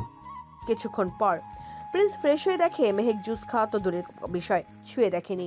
তার বউ তার সাথে তখনকার বিষয় নিয়ে এখনো অভিমান করে আছে। তা বুঝতে পেরে প্রিন্স মুচকি হেসে বলে, আমার সোনা পাখি বুঝে অভিমান হয়েছে আমার উপর? মেহেক তবু চুপ করে আছে। প্রিন্স মেহেকের দিকে তাকিয়ে বলল, সরি সোনা, তখন আমি একটা বিষয় নিয়ে বেশ চিন্তিত ছিলাম, তো সেজন্য ভুল হয়ে গেছে, এবারের মতো মাফ করে দাও। সেজন্য আমি সরি বলছি, তো প্লিজ বউ জুসটা খেয়ে নাও। মেহেক ঠিক করেছে আজকে প্রিন্সের মিষ্টি কথাই সে ভুলবে না। প্রিন্স মনে হয় মেহেকের মনের কথা শুনে নিয়েছে। জুসের গ্লাসটা হাতে নিয়ে নিজের মুখের কাছে এনে মুখে এক সিপ জুস নিল। তারপর হুট করে জুসে ভেজা ওর শক্ত ওষ্ঠ দিয়ে মেহেকের কোমল ওষ্ঠ দখল করে প্রিন্সের মুখে থাকা সবটুকু জুস মেহেকের মুখে চালান করে দিল। প্রিন্সের এমন কাণ্ডে মেহেকের চোখ বড় হয়ে গেছে, মনে হচ্ছে ওর নিঃশ্বাস আটকে যাবে। মেহেক কোনো মতে মুখে থাকা জুসটুকু গিলে ফেললো। তবে প্রিন্স মেহেকের ওষ্ঠ ছাড়েনি, বরং আলতো করে শুষে নেয় মেহেকের অভিমানগুলো। মেহেক তার ভালোবাসার মানুষটির ছোঁয়া অপেক্ষা করতে পারেনি, সেও ঠোঁটে ঠোঁট না বলা কথাগুলো বলতে ব্যস্ত। এভাবে অনেকটা সময় কেটে যায়। প্রিন্স মেহেকের ওষ্ঠ ছেড়ে মুচকি হেসে বলে, এঞ্জেল, জুসটা কি নিজে নেবে নাকি আমি দিব? অবশ্য তুমি রাজি থাকলে জুস পান করাতে আমার আপত্তি নেই, বরং ভালোই লাগবে। মেহেক প্রিন্সের কথা শুনে বিড়বিড় করে অসভ্য বলে জুতো জুসের গ্লাস হাতে নিয়ে এক চুমুকে জুস শেষ করে ফেলেছে। এদিকে প্রিন্স বলে, আমি অসভ্য না? দাঁড়াও, দেখাচ্ছি মজা। কথাটা বলে মেহেককে বিছানায় চেপে ধরে আলতো করে ওর শরীরের ওপর নিজের শরীরে ভার ছেড়ে দেয়। মেহেক প্রিন্সকে জড়িয়ে ধরে। প্রিন্স মেহেকের গলায় মুখ গুজে ছোট ছোট চুমু দেয়। মেহেক আবেশে চোখ বুজে ফেলে। পরের দিন সকালে মেহেক ও মন নিশ্চিন্তে ঘুমিয়ে আছে। প্রিন্স সারা রাত দু চোখের পাতা এক করতে পারেনি। সিসি ক্যামেরায় ধারণকৃত ফুটেজগুলো এর মধ্যে কয়েকবার চেক করা হয়ে গেছে। ফুটেজে তেমন কিছু চোখে পড়েনি। সকালে রিপোর্টে কি আসবে তা ভেবে প্রিন্সের ঘুম হয়নি। এর মধ্যে ফজরের আজান দিলে প্রিন্স নামাজ পড়ে কিছুক্ষণ রুমের মধ্যে পায়চারি করে। কিছুক্ষণ আগে রিপোর্টে কি এসেছে ইজাজ তাকে ফোন করে জানিয়েছে। সব শুনে প্রিন্স রুম থেকে বের হয়ে বাড়ির সামনে বাগানে যায়। ওখানে রিটাকে দেখে প্রিন্স বলল, আচ্ছা রিটা, তুমি আমার এখানে কাজ করছো কতদিন হয়েছে? রিটা প্রিন্সের কথা শুনে চমকে ওঠে, তবে প্রিন্সকে বুঝতে না দিয়ে বলল, বস, আমি তো প্রায় 4 বছর ধরে এখানে আছি। ও, তাহলে তো তুমি এখানে এসেছো অনেক সময়। আচ্ছা রিটা, আমার বাড়ির পিছনের বাগানে একটা রহস্য আছে, তা কি তুমি জানো? বস, হঠাৎ করে আমার সাথে কথা বলছে কেন? আর যে মানুষ এত বছর আমার মুখটাও ভালো মতো দেখেনি, সে হঠাৎ পেছনের বাগানে কথা বলছে কেন? আমি যতদূর জানি ওখানে তো প্রিন্স মাহমুদের অপরাধীদের শাস্তি দেওয়া হয়। আচ্ছা, বস কি কোনো কারণবশত আমার সাথে রেগে আছে? রিটা একা একা মনের মধ্যে প্রশ্নগুলো করছে। অন্যদিকে প্রিন্স রিটার দিকে তাকিয়ে বলল, এত কি ভাবছো রিটা? কিছু না বস। আসলে তুমি আমার এখানে এত বছর কাজ করছো, তাই আমি মনে করলাম তোমাকে আমার রহস্য ঘেরা বাগানের সাথে পরিচয় করিয়ে দিব। চলো তো। রিটা ভয় ভয় প্রিন্সের পিছনে পিছনে যাচ্ছে। প্রিন্স বাড়ির পিছনে বাগানে যেয়ে একটা রিমোট চাপ দিতে গাছগুলো সরে জায়গা ফাঁকা হয়ে গেছে। রিটাকে বাগানের ফাঁকা জায়গায় নিয়ে দেখাতে থাকে কোথায় কি রয়েছে। প্রিন্স রিটার সাথে কথা বলতে বলতে পকেটে থাকা রিমোটে আলতো চাপ দেয়। রিমোটে আলতো চাপ দিতে একটা বিকট শব্দ হয়। রিটা এমন শব্দ শুনে আটকে ওঠে। প্রিন্স সেদিকে পাত্তা না দিয়ে আবারও রিমোটে চাপ দিল। সাথে সাথে মাটির নিচ থেকে দুটো শিকল বের হয়ে রিটা কিছু বোঝার আগে তার পা আটকে গেল। রিটার সাথে কি হচ্ছে কিছু বুঝতে পারছে না ও। তবে প্রিন্স হারামজাদা যে ওর সাথে যে ভালো কিছু করবে না তা ঠিক বুঝতে পারছে। এর মধ্যে বাগানে প্রিন্সের গার্ডেরা এসে হাজির হয়। রিটা গার্ডদের দেখে বুঝতে পারছে কিছুক্ষণ আগে শব্দটা ছিল এদের ডাকার কোড। প্রিন্স সেদিকে তাকিয়ে মুচকি হেসে রিটার গালে থাপ্পড় দিয়ে বলল, তোর সাহস দেখে অবাক না হয়ে পাচ্ছি না। এখানে চোর ডাকাত আমার বাড়ির ত্রিসীমানায় ঘেঁষতে ভয় পায়, সেখানে তুই আমার বাড়িতে থেকে আমাকে এবং আমার বউকে বিষ দিয়ে মারার পরিকল্পনা করিস। তোর কি মৃত্যু ভয় নেই? দেখতে তো পারছিস আমার ভয় নেই। থাকলে নিশ্চয়ই জেনে শুনে তোর গুহায় ঢুকে তোকে মারার চেষ্টা করতাম না। তুই যেহেতু সাহসী, তো বল, আবার এখানে তোকে কে পাঠিয়েছে? তুই কে? তোকে ভয় পেলেই বা বলার হলে ধরা পড়ার সাথে সাথেই বলতাম। তুই এত কিছু বুঝিস সেটা বুঝিস নি। আমাকে ভয় দেখে কোনো লাভ হবে না। তাছাড়া তুই আমাকে মেরে ফেললেও কিছুই জানতে পারবি না। তবে চিন্তা করিস না, তোর মৃত্যু নিশ্চিত, তা আজকেই। রিটার কথা শুনে প্রিন্সের রাগ উঠে গেল। এই মেয়ের 22 থেকে 24-এর মধ্যে বয়স হবে হয়তো, কিন্তু কথা শুনে মনে হচ্ছে আমি ওর ছোট। তাছাড়া ওর চোখে মুখে ফুটে উঠেছে আমার প্রতি ক্রোধ। এর মুখ থেকে বিষ দেওয়ার কারণ বের না করা পর্যন্ত প্রিন্স ওকে মৃত্যু দেবে না। প্রিন্সের শাস্তি কেমন দেখাতে হবে। কথাটা ভেবে দুজন মেয়ে গার্ডকে প্রিন্স ইশারা করতে তারা এসে রিটার গালে ঠাস ঠাস করে থাপ্পড় দিচ্ছে। লাথি ঘুষি তো সে সাথে আছেই। রিটা মার খাচ্ছে তবু মুখ খুলছে না। প্রিন্স রিটার দিকে তাকিয়ে গতকাল রাতের কথা ভাবছে। সাধারণত ছোট একটা মেয়ে গার্ড প্লাস রাঁধুনির এত সাহস! এখানে সাধারণ কাজের মানুষের মতো এত বছর ধরে কাজ করে যাচ্ছে। সে মেয়ে খাবার বিষ দিচ্ছে, তা বিশ্বাস করতে কষ্ট হচ্ছে। আবার এ বিষ যে সে বিষ নয়। এই মেয়ের সাথে নিশ্চয়ই বড় কেউ জড়িত আছে। এ হচ্ছে সাধারণ চুনোপুটি। রাঘব বোয়াল এখনো ধরাছোঁয়ার বাহিরে আছে, ওকে দিয়েই তাকে ধরতে হবে। তাছাড়া ওর কথা বোঝা যাচ্ছে যার হয়ে কাজ করছে সে এখানে এসে ওকে বাঁচাবে। এ মেয়ে হয়তো জানে না এখানে এলে এ লোক জীবিত ফিরে যেতে পারবে না। প্রিন্স ভোর রাতের কথা ভাবছে। মেহেকও মনের মেডিকেল রিপোর্টের কপি মোবাইলে ভোর রাতে পেয়েছে। ডাক্তার ইজাজের ভাষ্য মতে মনের শরীরে কোনো পয়জনিং অস্তিত্ব পাওয়া যায়নি, তবে মেহেকের শরীরে অল্প পরিমাণ পাওয়া গেছে। আর মেহেককে পয়জনিং দিচ্ছে বেশি দিন হয়নি, এমনকি আজকে রাতেও জুসের সাথে পয়জনিং দেওয়া হয়েছে, তবে তা খুব অল্প পরিমাণে। আর একটু হলেই বাচ্চাটা পৃথিবী আসার আগেই শেষ হয়ে যেত। কথাটা শুনে প্রিন্স চমকে ওঠে। মনে পড়ে যায় গতকাল রাতে প্রিন্স সন্দেহের বশে মেহেকের শরবত ফেলে দিয়েছিল, না হলে আজকে তার বাচ্চাটাকে বাঁচাতে পারতো না। গতকাল রাতে মেহেক বলেছিল ওর কথাতেই রিটা নিজের হাতে জুস করে এনেছিল। ডক্টর ইজাজের কথা শুনেও সিসি ফুটেজে রিটাকে জুস বানাতে দেখে প্রিন্সের বুঝতে অসুবিধা হয়নি যে মেহেককে খাবারে রিটায় পয়জনিং মিশিয়েছে। তাই তো সকাল থেকে রিটার গতিবিধি পর্যবেক্ষণ করে। ওর সাথে আর কে জড়িত আছে তা ফুটেজ দেখে বোঝা যাচ্ছে না। আর সকাল থেকে কারোর সাথে ওকে কথা বলতেও দেখেনি। কিন্তু রিটা অপরাধী জেনেও এভাবে ছেড়ে রাখা সম্ভবত প্রিন্সের মতো রাগী লোকের পক্ষে সম্ভব নয়। তাই তো ওকে বন্দি করেছে কথা বের করতে। ওদিকে রনি ফোনে রিটার খবর শুনে তখন থেকে রিটাকে খুন করতে ইচ্ছে করছে তার। এতদিন রনি মেয়েটাকে ভালো মনে করেছে, সবসময় ছোট বোনের চোখে দেখেছে। আর রনি দেখেছে প্রিন্সের সব গার্ডের সাথে রিটাকে বেশি খেয়াল রাখতো। বস তো রিটার জন্য রনিকে ভালো পাত্র খুঁজতেও বলেছিল। ওদের বস প্রিন্স তো কখনো ওদের কোনো চাপা অপূর্ণ রাখেনি যে তাকে ধোকা দিতে হবে। কিন্তু এই মেয়েটা এটা কেন করলো? কথাটা শোনার পর থেকে এসব কথা ভাবছে। রনির মনে হচ্ছে এই মুহূর্তে বসের কাছাকাছি থাকতে পারলে ভালো হতো। এর মধ্যে প্রিন্সের ফোন আসে রনির মোবাইলে। ওর মনের ইচ্ছে হয়তো বস বুঝে গেছেন। বসের ফোন পেয়ে রনি সকাল সকাল হসপিটাল থেকে এখানে এসে গেছে। অবশ্য হসপিটাল থেকে আসার আগে সাখাওয়াত হোসেনের খেয়াল রাখতে দুজনকে রেখে এসেছিল। রনি রিটার দিকে তাকিয়ে ভাবছে এই মেয়েকে দেখলে কে বলবে এর পেটে এত শয়তানি আছে। কথাটা ভাবতে ভাবতে রনি রিটার দিকে তাকিয়ে বললে, এইটা সত্যি বলে দাও, তুমি কার কথা শুনে এবং কেন এমন করছো তা বলে দিলে বস তোমাকে ছেড়ে দেবে।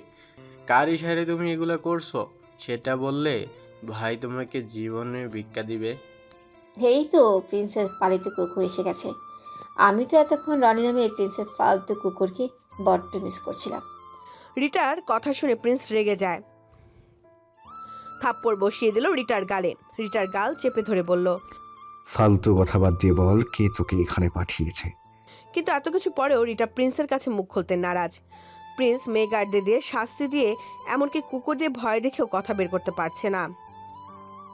এদিকে হঠাৎ করে বাড়ির ভেতর থেকে গোলাগুলির শব্দ শুনে প্রিন্স আটকে ওঠে, কারণ বাড়ির ভিতরে মন ও মেহেক আছে। প্রিন্স রনিকে ইশারায় এখানে থাকতে বলে ভিতরে যেতে নেয়। এর মধ্যে জন মেহেক ও মনের মাথায় পিস্তল ঠেকিয়ে প্রিন্সের সামনে নিয়ে এসে বলে, প্রিন্স মাহমুদ, তোর স্ত্রী ও শালিকে বাঁচাতে চাইলে আমার বোনকে ছেড়ে দে। প্রিন্স জনের কথা শুনে হতবাক হয়ে গেছে। এই ছেলে যাকে কিনা প্রিন্স এতদিন এতিম ভেবে আশ্রয় দিয়েছে, কাজ দিয়েছে, থাকার জায়গা দিয়েছে, সে জন কিনা আজকে ওর কলিজার টুকরো গুলোর মাথায় পিস্তল ঠেকিয়েছে। আজকে কি অবিশ্বাস ভাঙতে সব উঠে পড়ে লেগেছে। কথাটা ভেবে প্রিন্সের চোখ মুখ রক্ত উঠে লাল টকটকে হয়ে গেছে। প্রিন্স রেগে জনকে বলল, তুই না এতিম, এই পৃথিবীতে আপন বলতে তোর কেউ নাকি নেই, তাহলে তোর বোন আসলো কোথায় থেকে? ওটা তো আমার নকল পরিচয় ছিল তোকে বোকা বানাতে। জন, বাঁচতে চাইলে ওদের ছেড়ে দে, না হলে তুই আর তোর বোন রিটা আজকে রাতে আমার কুমিরের ডিনার হয়ে যাবি। তোর মতো কালসাপকে এতদিন দুধ কলা দিয়ে পুষে যে ভুল করেছি তা শুধরে নিতে সময় লাগবে না। ওদের ছেড়ে দে, না হলে তোদের অস্তিত্ব খুঁজে পাওয়া যাবে না। এদিকে জন প্রিন্সের কথা শুনে ওর দিকে তাকিয়ে হা হা করে হেসে বলে, এই প্রিন্স, তুই আমাকে ভয় দেখাস? মাফিয়ার লেডি কিলার মারিয়ার ছেলে আমি। তোর মতো প্রিন্স আমার পকেটে থাকে, বুঝলি? প্রিন্স জনের মুখে লেডি কিলার মারিয়ার নাম শুনে চমকে উঠল। এই মহিলা তো একসময় মাফিয়াদের মধ্যে রাজ করত, কিন্তু বিগত কয়েক বছর হয়েছে কেউ জানে না সে বেঁচে আছে না মরে গেছে। তাছাড়া তার সাথে আমার তো কোনো শত্রুতা নেই, তাহলে তার ছেলে ও মেয়ে আমার পিছনে লেগেছে কেন? অন্যদিকে প্রিন্স ও জনের লোকের সংঘর্ষেও গোলাগুলিতে দুপক্ষের অনেক গার্ড মারা গেছে। অনেকে আহত হয়েছে, এখনো গোলাগুলি চলছে। গোলাগুলির শব্দে মেহেক ও মনের ভয়ে মুখ চুপসে গেছে। তা দেখে প্রিন্স ভাবছে, মন ও মেহেক যতক্ষণ জনের কাছে থাকবে ততক্ষণ শক্তি খাটিয়ে ওর সাথে পারা যাবে না। ওকে খেয়াল করতে বুদ্ধি খাটাতে হবে। কথাটা ভেবে প্রিন্স জনের মনোযোগ ঘোরাতে বলল, তোর মতো সাধারণ একটা চাকরের সাহস কি করে হলো লেডি কিলার মারিয়া সম্পর্কে মিথ্যা বলার?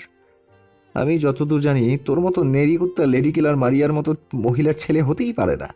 লেডি কিলার মারিয়া নিজে ফোন দিলেই বিশ্বাস করতে কষ্ট হবে, সেখানে তোর মুখের কথা বিশ্বাস করব ভাবলি কিভাবে? জনের প্রিন্সের কথা শুনে ইগোতে লেগেছে। সেজন্য কিছু না ভেবে পকেট থেকে মোবাইল বের করতে নেয়, তার মাফিয়া মাকে কল করতে। জনের মাথায় থেকে এটা বের হয়ে যায় যে তার মায়ের সাথে কথা হয়েছে, সে কিছুক্ষণের মধ্যে এখানে এসে পড়বে। ওদিকে ওর অন্যমনস্কের সুযোগ নিয়ে প্রিন্স রনিকে ইশারায় পিছন থেকে ধাক্কা দিতে বলে। রনি ইশারা পাওয়ার সাথে সাথে জনকে পিছন থেকে ধাক্কা দেয়। প্রিন্স সেই সুযোগে মুন ও মেহেককে নিজের কাছে টেনে নেয়। হঠাৎ করে সব ঘটে যাওয়ায় জন নিজেকে নিরাপদ রাখতে পারেনি। রনি প্রিন্সের কথা মতো জনের মাথায় পিস্তল ছেকিয়ে বলল, তোদের বসকে বাঁচাতে চাইলে অস্ত্র ফেলে দাও। প্রিন্সের কথা শুনে সবাই ভয় পেয়ে অস্ত্র ফেলে দেয়। প্রিন্সের কাছে জনের সব লোকজন আটকা পড়েছে। এরপর প্রিন্স রনির দিকে তাকিয়ে বলল, আমি ওদের নিরাপদ স্থানে রেখে আসি। জনি, তুমি জনকে ওর বোনের কাছে রেখে বেঁধে দাও। আজকে ওদের এমন অবস্থা করবো যে আমার পিঠে ছুরি মারার ফল হাড়ে হাড়ে টের পাবে। প্রিন্স মেহেক ও মুনকে বাড়ির ভিতরে একটা গোপন জায়গায় বা কক্ষ আছে সেখানে রেখে এসেছে। ওরা এমনিতেই ভয় পেয়েছিল, আর ওখানে গেলে প্রিন্সের যদি কিছু হয়ে যায়, মারিয়ানা ফারিয়া সে এসে যদি প্রিন্সকে মারতে চায়, তা ভেবে মেয়ে দুটো কেঁদে দিয়েছে। প্রিন্সকে ওখানে যেতে দিতে চায়নি, কিন্তু প্রিন্স ওদের বুঝিয়ে বলেছে সে না গেলে রনি এবং ওর নিরাপদ গার্ডেরা মারা পড়বে, তাছাড়া ওর কিছু হবে না। প্রিন্স মেহেকের কপালে চুমু দিয়ে বলল, আবার আসতে দেরি হলে, মানে সন্ধ্যার ভেতর ফিরতে না পারলে, এই রুমের ফ্লোরে ম্যাটের নিচে একটা গোপন সুড়ঙ্গের মুখ আছে, যেটা খোলার এবং সুড়ঙ্গের মধ্যে লাইট জ্বালানোর সুইচ খাটের পাশের কর্নার টেবিলের পেছনে আছে। সেটাই চাপ দিলে সুড়ঙ্গের দরজা খুলে যাবে। সেখান দিয়ে তুমি ও মুন এই বাড়ির বাহিরে চলে যাবে। ওখানে তোমাদের জন্য সোনালি নামের একজন অপেক্ষা করবে। মুন সোনালিকে চেনে, তাই ওখানে দাঁড়িয়ে থাকা মেয়েটিকে মুন সোনালি বললে তোমার সাথে ওর আমার আরেকটা বাড়িতে চলে যাবে। আচ্ছা, তোমরা ওর সাথে আমার আরেকটা বাড়িতে চলে যাবে, আমি তোমাদের সাথে ওখানে যোগাযোগ করব। মেহেক প্রিন্সের কথা শুনে কেঁদে দেয়। সে কিছুতে প্রিন্সকে ছাড়তে চাচ্ছে না, কিন্তু প্রিন্স নিজের জন্য এতগুলো লোকের জীবন নিয়ে অবজ্ঞা করতে পারবে না। তাছাড়া ওদের বস হয়ে প্রিন্স কিছুতেই এখানে বসে থাকতে পারবে না। প্রিন্স মেহেকের ওদের সন্তানের খেয়াল রাখতে বলে রুমের বাহির থেকে লক করে ওখান থেকে চলে আসে। প্রিন্স এখানে এসে দেখে সবকিছু এখনো ওদের হাতে আছে। প্রিন্স পিস্তল লোড করে প্রথমে জনের ডান হাতে এবং পরে রিটার ডান হাতে গুলি করে। এর মধ্যে সেখানে সাখাওয়াত হোসেন এসে পড়েছে। সামনের দিকে তাকিয়ে জন ও রিটার রক্তাক্ত শরীর দেখে থমকে যায়। তার চোখ দিয়ে আপনা আপনি পানি পড়ছে। ওদিকে প্রিন্স সাখাওয়াত হোসেনকে এখনো খেয়াল করেনি, তবে রনি তাকে দেখে কাছে এসে বলল, স্যার আপনি এখানে? সাখাওয়াত হোসেন রনির কথা শুনে ওর দিকে তাকিয়ে দেখে ওর হাতে পিস্তল। হুট করে রনির কাছ থেকে পিস্তল নিয়ে রনির মাথায় ঠেকিয়ে প্রিন্সকে উদ্দেশ্য করে বলল, প্রিন্স বাবা, ওদের ছেড়ে দে, না হলে রনির মাথার খুলি উড়িয়ে দেব। প্রিন্স অসুস্থ সাখাওয়াত হোসেনকে এখানে দেখে যতটা অবাক হয়েছে, তার থেকে বেশি অবাক হয়েছে জন ও রিটাকে বাঁচাতে তার বাবা রনির মাথায় পিস্তল থেকে ট্রিগার চেপে ধরেছে সেটা দেখে। কিন্তু এটা কি করে সম্ভব?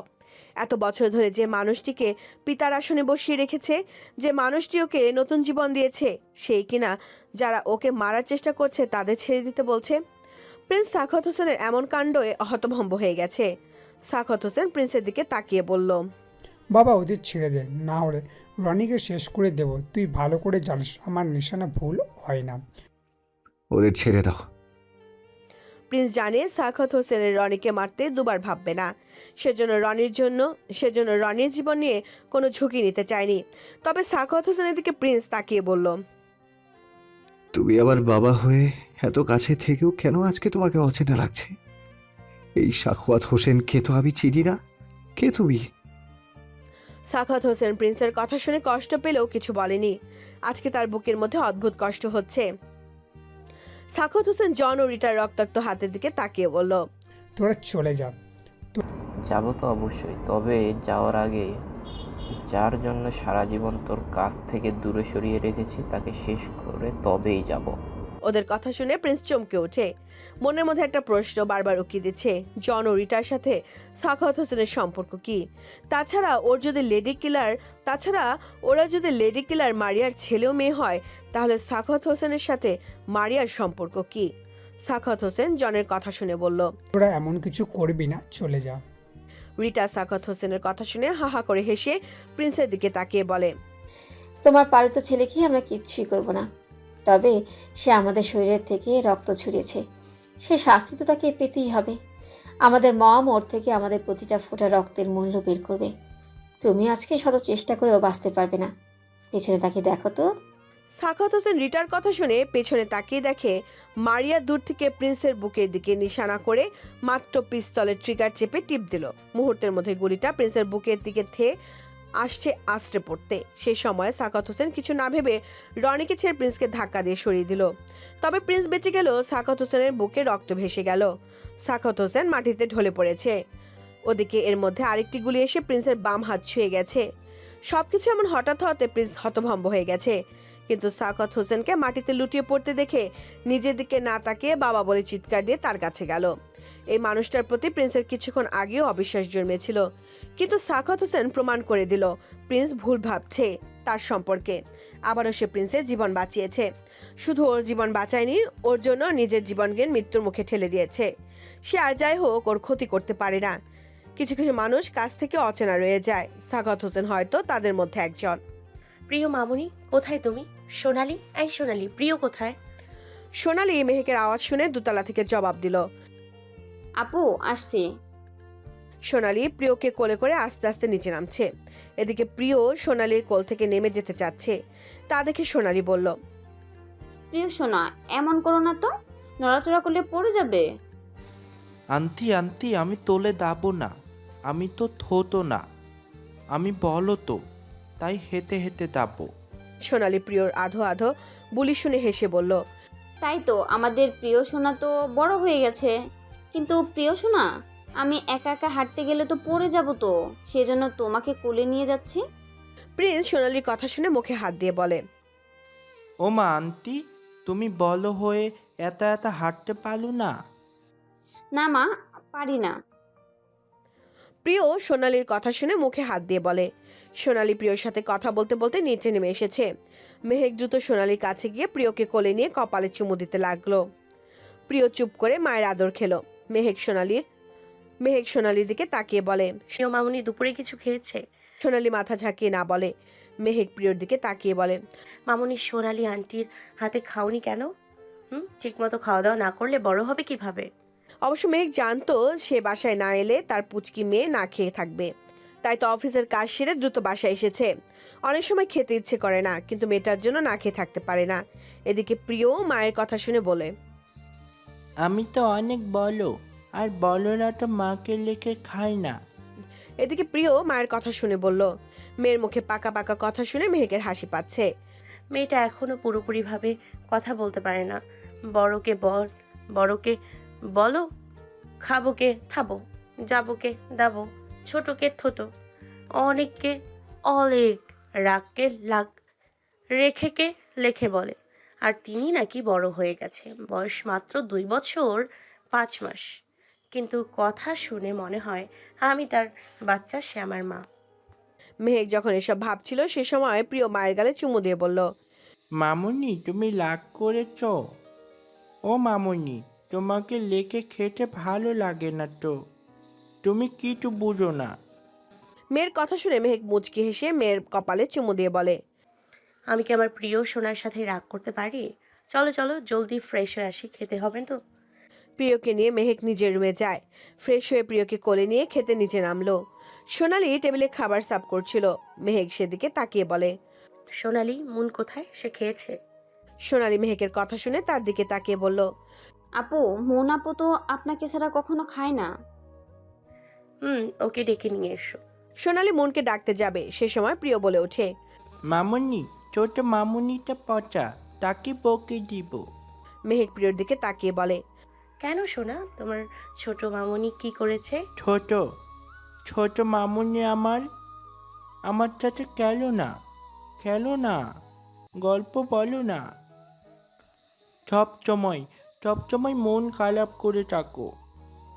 মেহেক প্রিয়র কথা শুনে দীর্ঘ নিঃশ্বাস ছাড়ল। সে মেয়েকে কিভাবে বলবে তার ছোট মামুনি একসময় এমন ছিল না। প্রিয়র থেকেও বেশি চঞ্চল ছিল মন।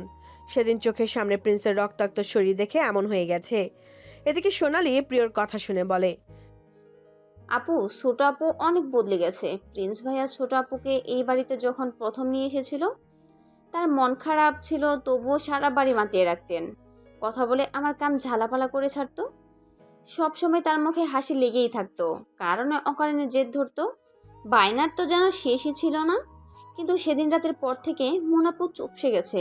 আগের মতো হাসে না, কথা বলে না, কেমন নির্জীব হয়ে গেছে। এমন তো হওয়ার কথাই, বরং না হলে আমার কাছে অবাক লাগতো। তুমি জানো না মুন প্রিন্সের সাথে এতটাই জড়িয়েছিল যে প্রিন্সের অবস্থা দেখে ঠিক থাকতে পারেনি। ও তো প্রিন্সের কাছে থেকে বাবা ও বড় ভাইয়ের আদর পেয়েছে। 3 বছর ধরে সে আদর থেকে, প্রিন্সের মমতার ছায়া থেকে বঞ্চিত। সেটা মানতে তো কষ্ট হবে। যাও, ওকে ডেকে নিয়ে এসো। কিছুক্ষণ পর সোনালি মন চুপচাপ খাচ্ছে। মেহেক মেয়েকে খাওয়াচ্ছে, মাঝে মাঝে নিজেও খাচ্ছিল। মনের খাওয়া শেষ হলে উঠতে নেবে, সে সময় মেহেক মনকে বলে, তোমার সাথে কথা আছে, রুমে এসো। মন মেহেকের কথা শুনে কিছু না বলে হাত ধুয়ে নিজের রুমে চলে গেছে। রাতে মামুনি, আমার বাবাই কোথায়? বাবাই আমার কাছে আছে না কেন? মেয়ের প্রশ্ন শুনে থমকে গেছে। মেহেক তার মেয়েটার প্রশ্নের কি উত্তর দেবে? প্রিয় অবুঝ মন বাবাকে খুঁজে বেড়ায়, তা মেহেকের বুঝতে অসুবিধা হচ্ছে না। কিন্তু প্রিয়র বাবা কোথায় তা ওকে কি করে বলবো? তাছাড়া বললেও তো তা আদৌ বুঝতে পারবে? তবে কি আমার মেয়েটা বাবার আদর ছাড়াই বড় হবে? মেহেক ভাবনাতে বিভোর হয়ে গেছে। সে সময়ে প্রিয় মায়ের দিকে তাকিয়ে বলে, বাবাই তবে আসবে বলো না মামুনি। মেহেক প্রিয়র কথা শুনে ওকে বুকে জড়িয়ে ধরে বলল, আসবে মা, তোমার বাবাই আসবে। যখন আসবে তোমার জন্য চকলেট, আইসক্রিম আরও অনেক মজা নিয়ে আসবে। আর যতদিন তোমার বাবা না আসে ততদিন না হয় বাবার ছবির সাথে কথা বলবে। প্রিয় মায়ের কথা শুনে মন খারাপ করে বলে, বাবাইয়ের টবি তো আমার সাথে গল্প করে না। আমি আদর দিলে আমালে আদর করে না। প্রিয়র কথা শুনে মেহেক মায়ের নাক টিপে বলে, আর কিছু ঠিকঠাক বলতে না পারলে কি হবে? আদর শব্দটি ঠিকই বলতে পারে। আরো কিছুক্ষণ প্রিয়র সাথে গল্প বলে এরপর ওকে আদর করে ঘুম পাড়ায়। প্রিয় ঘুমিয়ে গেছে। ঘুমন্ত মেয়ের দিকে মেহেক তাকিয়ে আছে। মেয়েটা দেখতে পুরোপুরি প্রিন্সের মতো হয়েছে, শুধু চোখ আর ঠোঁটের পাশে তিল পেয়েছে মেহেকের মতো। মেয়েকে দেখলে প্রিন্সের কথা মনে হানা দেয়। সারাদিন ব্যস্ততার মাঝে কাটলেও রাতটা কাটতে চায় না। শুধু প্রিন্সের সাথে কাটানো স্মৃতিগুলো মনে পড়ে। প্রিন্সের রাজকুমারী যখন প্রিন্সকে খুঁজে, তখন মেহেকের বুকে ফেটে কান্না আসে। কারণ প্রিয়কে কি করে বলবে তার বাবা গভীর ঘুমে। এখন আর কিছু ভাবতে ভালো লাগছে না। দেখি গিয়ে মুনটা কি করছে। মেহেক প্রিয়কে ঠিকভাবে শুয়ে দিয়ে মুনের রুমে গেল। মুন আসতে বললেও যে আসবে না তা মেহেক জানে, তাই তো প্রিয়কে ঘুম পাড়িয়ে মুনের কাছে এসেছে। মেহেক মুনের রুমে গিয়ে দেখে মুন বসে রয়েছে।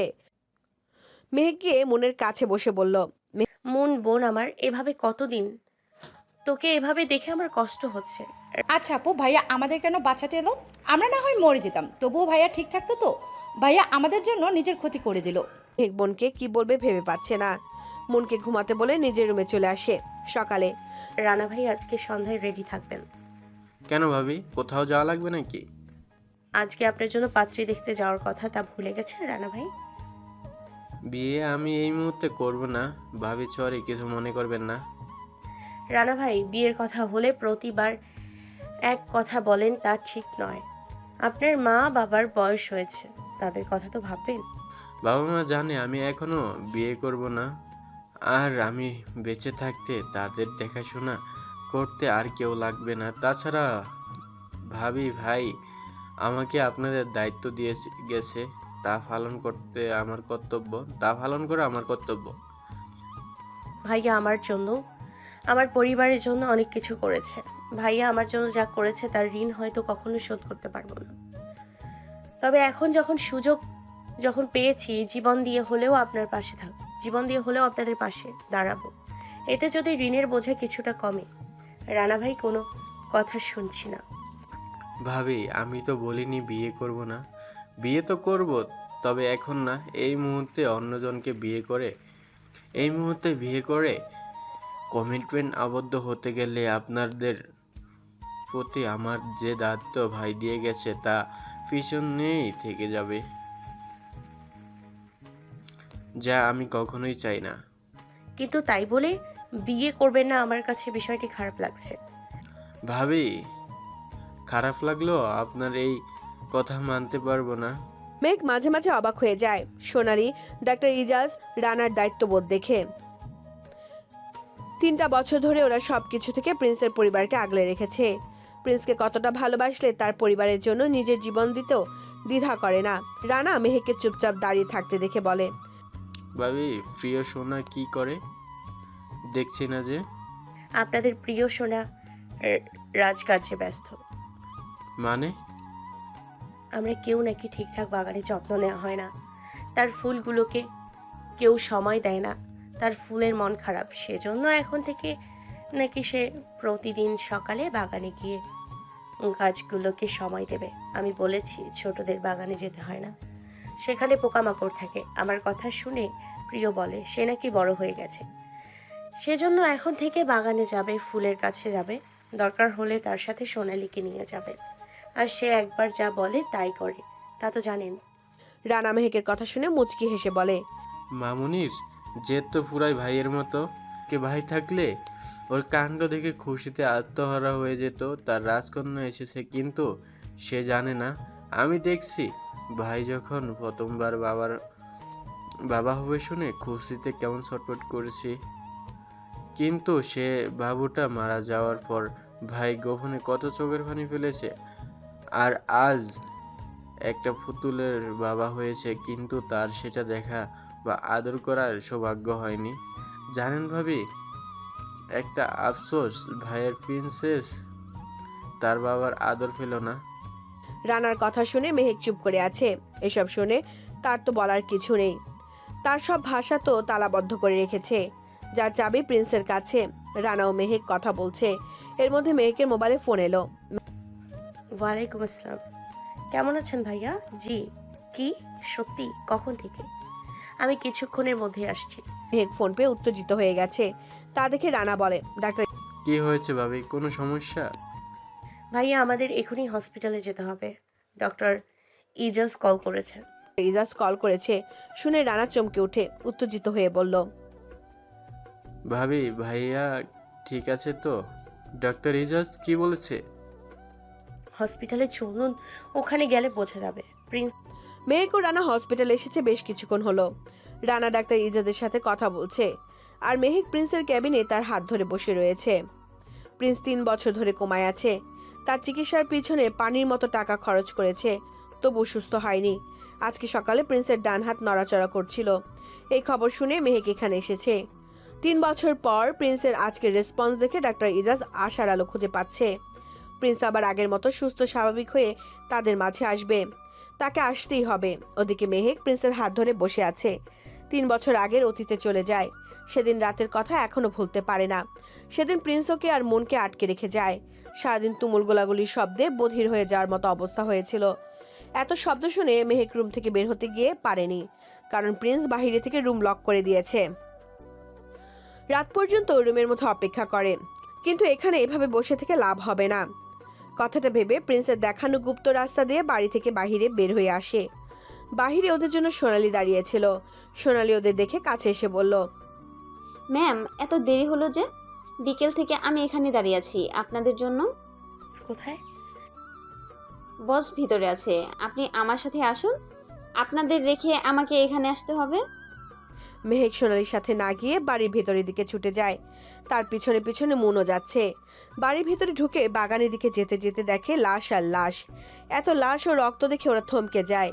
এর মধ্যে হঠাৎ করে মেহেকের সামনে প্রিন্স এসে দাঁড়ায়। সাথে সাথে একটা গুলি এসে প্রিন্সের বুকের পাশ দিয়ে লাগে। মেহেককে এখানে দেখে মারিয়া গুলি করতে নিলে প্রিন্স দূরে থেকে তা দেখে মেহেকের সামনে দাঁড়ায়। সেজন্য মেহেককে উদ্দেশ্য করে ছোড়া গুলি প্রিন্সের লাগে।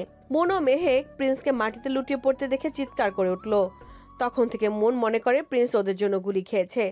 ওদিকে মারিয়া আবার গুলি করতে নিলে রানা এসে মারিয়াকে হাতে গুলি করে। তা দেখে জন ক্ষিপ্ত হয়ে এলোপাথারি গুলি ছুটতে থাকে। রানা ও সোনালি প্রিন্স ও মেহেককে শেল্টার দিচ্ছিল। সে সময় প্রিন্স সোনালিকে বলল, তুমি ওদের বাসায় রেখে আসো, তাহলে একে সবাই মারা পড়বো। তাছাড়া ওরা এখানে থাকলে যে কোনো মুহূর্তে কিছু হয়ে যেতে পারে। সেদিন জোর জবরদস্তি করে সোনালি মুন ও মেহেকের বাগান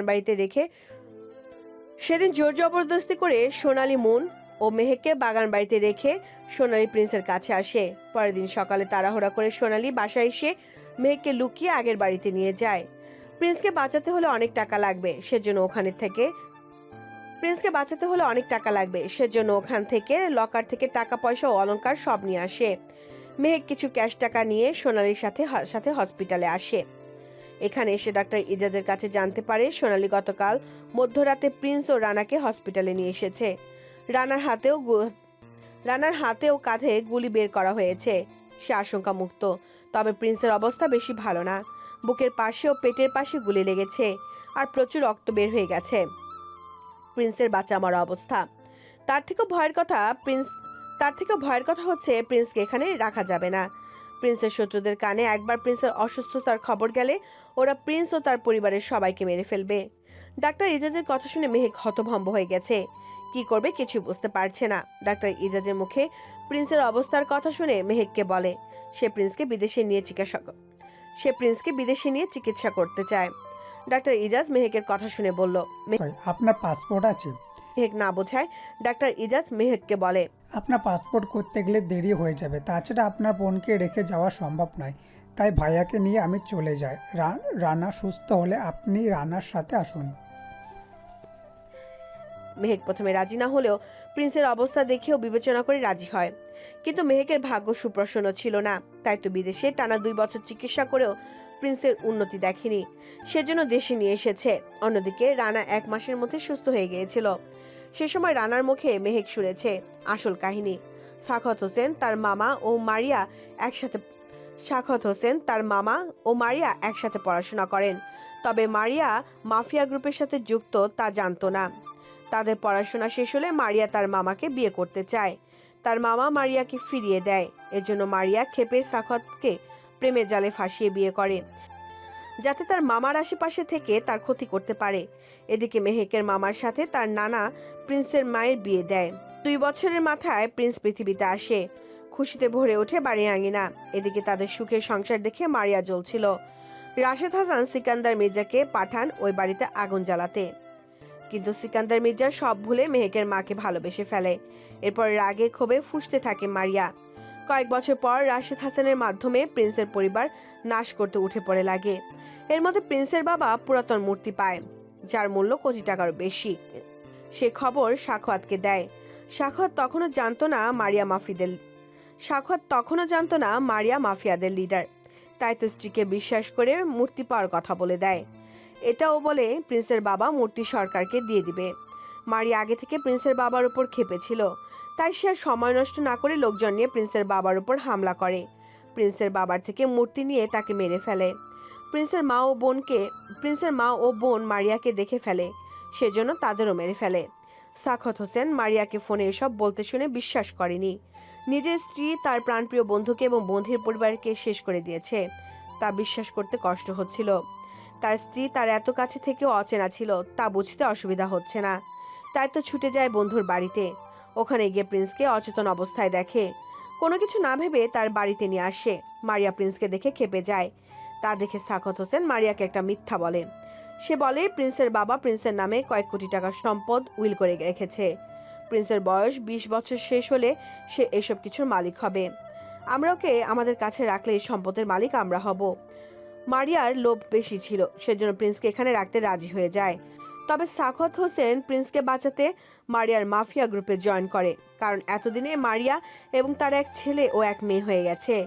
জন ও রিটা তার ছেলে ও মেয়ে, সেজন্য ইচ্ছে করলে এই মহিলাকে ছাড়তে পারবে না। এদিকে মারিয়া খুশি হয়, কারণ সাখাওয়াত হোসেন তার দলের সদস্য হওয়াতে তার শক্তি বৃদ্ধি পাবে। এদিকে সাখাওয়াত হোসেনের মনে অন্য কিছু চলছিল। সে নিজে মারিয়ার মাফিয়া গ্রুপে ঢুকে তার থেকে শক্তিশালী গ্রুপের খোঁজ ছিল, যাতে প্রিন্সকে সেখানে ঢোকাতে পারে। কারণ প্রিন্স নিজেকে ডন তৈরি করতে পারলে মারিয়া ওকে মারতে পারবে না। অন্যদিকে মারিয়া সাখওয়াতকে এদিকে সামলাতে দিয়ে ছেলে ও মেয়ে নিয়ে বিদেশে যায় তার শক্তি বাড়াতে। প্রিন্স বড় হলে যখন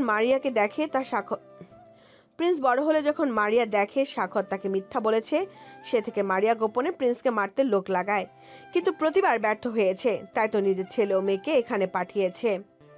সাখওয়াত হোসেন মারিয়ার অন্যায় কাজের প্রতিবাদ করেছে, প্রিন্সকে বলে দিতেও চেয়েছিল, কিন্তু মারিয়া সবসময় হুমকি দিয়েছে প্রিন্স তার কথা জানতে পারলে মেহেক ও প্রিন্স দুজনকে মেরে ফেলবে, না বললে কিছু করবে না। তাছাড়া জন ও রিটাকে ওখানে রেখেছে প্রিন্সের কাছ থেকে কিছু শিখতে। আসল ঘটনা ছিল অন্য। জন ও রিটাকে পাঠানো হয়েছিল প্রিন্সকে মারতে, তা বুঝতে পারেনি সাখওয়াত হোসেন। তাই তো রাশেদ হাসান খুনির নাম বলার পূর্বে গুলি করেছে, যাতে মারিয়া প্রিন্স ও মেহেককে মারতে না পারে। সেদিন নিজের জীবন দিয়ে প্রিন্সকে সাখওয়াত হোসেন মারিয়া থেকে বাঁচিয়েছে। মেহেক সাখওয়াত হোসেনের বিষয়ে সবকিছু শুনে অবাক হয়েছে। মানুষটা এত কাছে থেকে অচেনা রয়ে গেছে। নিজের স্ত্রী ও সন্তানদের কথা ভাবেনি কখনো, সংসারে সুখ পায়নি তা নিয়ে আফসোস করেনি, শুধু ভেবেছে প্রিন্সকে কিভাবে মারিয়ার থেকে বাঁচাবে। আফসোস, প্রিন্স তা বুঝতে পারেনি। তাই তো সেদিন সাখওয়াত হোসেনের মৃত্যুতে প্রিন্স দুর্বল হয়ে পড়ে। সেই সুযোগে মারিয়া ও জন প্রিন্সের ওপর ভারী হয়ে ওঠে। তবে শেষ পর্যন্ত প্রিন্স লড়েছে মারিয়া ও তার ছেলে ও মেয়ের সাথে।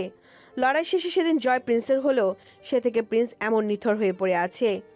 ও আরেকটি কথা, প্রিন্সের সব সম্পদ তার অবর্তমানের আগে থেকে মেহেকের নামে থাকায় টাকা পয়সার সমস্যা হয়নি। তবে মেহেক প্রিন্সের ব্যবসা, বাড়ি ও গাড়ি বিক্রি করে দেয়, শুধু বাগান বাড়ি, একটা গাড়ি ও নানা বাড়ি ছাড়া। মেহেক চায়নি প্রিন্সের ব্যবসার সূত্র ধরে কেউ তার খোঁজ খবর পাক। মেহেক চায় প্রিন্স যখন সুস্থ হয়ে উঠবে তখন সে কোনো মাফিয়া লিডার না, প্রিয়র বাবা ও তার স্বামী হবে। প্রিন্স জেগে এক নতুন সূর্যের আলো দেখবে, যেখানে তার অতীতের জায়গা নেই। অন্যায় শাস্তি দিতে গিয়ে তার হাতে আর কোনো প্রাণ যাক, সে তা মেহেক চায় না। তাই তো মেহেক নতুন নামে, মানে প্রিয় মাহমুদ নামে ব্যবসা চালু করে। ওর সব কাজে সোনালি ও রানা সাহায্য করছে। এই হসপিটালে প্রিন্সকে শুধু মাহমুদ নামে ভর্তি করেছে, যাতে কেউ বুঝতে না পারে। মেহেক প্রতিদিন হসপিটালে এসে প্রিন্সের সাথে সময় কাটায়। মন কয়েকবার এসেছিল, তবে এখন আর আসে না। সে তার ভাইয়াকে এভাবে দেখতে পারবে না বলে। আর প্রিয়, তাকে মেহেক নিয়ে আসে না, কারণ মেহেক চায় না তার মেয়ে তার বাবাকে এমন অসহায় অবস্থায় দেখুক। প্রতিটি মেয়ের কাছে তার বাবা হিরো থাকে, তাহলে তার মেয়ে বাদ পড়বে কেন? ছবি দেখেই না হয় তার মেয়ে বাবাকে হিরো জানুক। সে চায় প্রিয়তার মনে সুস্থ বাবার ছবি এঁকে বড় হোক। তাই তো সবসময় প্রিন্সের ছবি দেখায়, মেয়েকে বাবার সাহসিকতার গল্প শোনায়, আশায় থাকে প্রিন্স আবার আগের মতো হয়ে যাবে।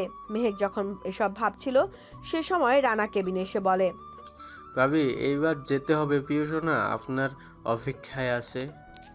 মেহেক রানার কথা শুনে বলে উঠে দাঁড়াতে নিয়ে বাধা পেল। মনে হচ্ছে কেউ হাত ধরে আছে। কথাটা ভেবে প্রিন্সের হাতের দিকে তাকে চমকে যায়। আসলে প্রিন্স তার হাত শক্ত করে ধরে রেখেছে। মেহেক প্রিন্সের দিকে তাকায়, এই ভেবে যে প্রিন্স ঠিক হয়ে গেছে। কিন্তু প্রিন্সকে চোখ বন্ধ করে পড়ে থাকতে দেখে কিছুটা হতাশ হলো। এইভাবে খুশি হয়ে গেছে যে 3 বছরের বেশি সময় পর প্রিন্স তার হাত ধরেছে, এটাই কম কি সে। আজকে হাত রেসপন্স করেছে, এক সময় সম্পূর্ণ শরীর রেসপন্স করবে। কথাটা ভেবে মেহেক প্রিন্সকে জড়িয়ে ধরে বলল, আপনি আর কত ঘুমাবেন? আপনার মন ও মেহেক আপনার অপেক্ষায় আছে। আপনারা আমার ভালোবাসার ফুল। আমাদের প্রিন্সেস অধীর আগ্রহে আপনার অপেক্ষায় করছে। আপনাকে ফিরতে হবে আমাদের মেয়ের জন্য, না হলে বাবা হয়েও মেয়ের কাছে অচেনা রয়ে যাবেন। ফিরে আসুন আমাদের কাছে। মেহেক বিশ্বাস করে একদিন এই আধার কেটে আলোর দেখা পাবে। সেদিন তার দুয়ারে খুশির মেলা বসবে। সে অপেক্ষায় পথ চেয়ে রয়েছে।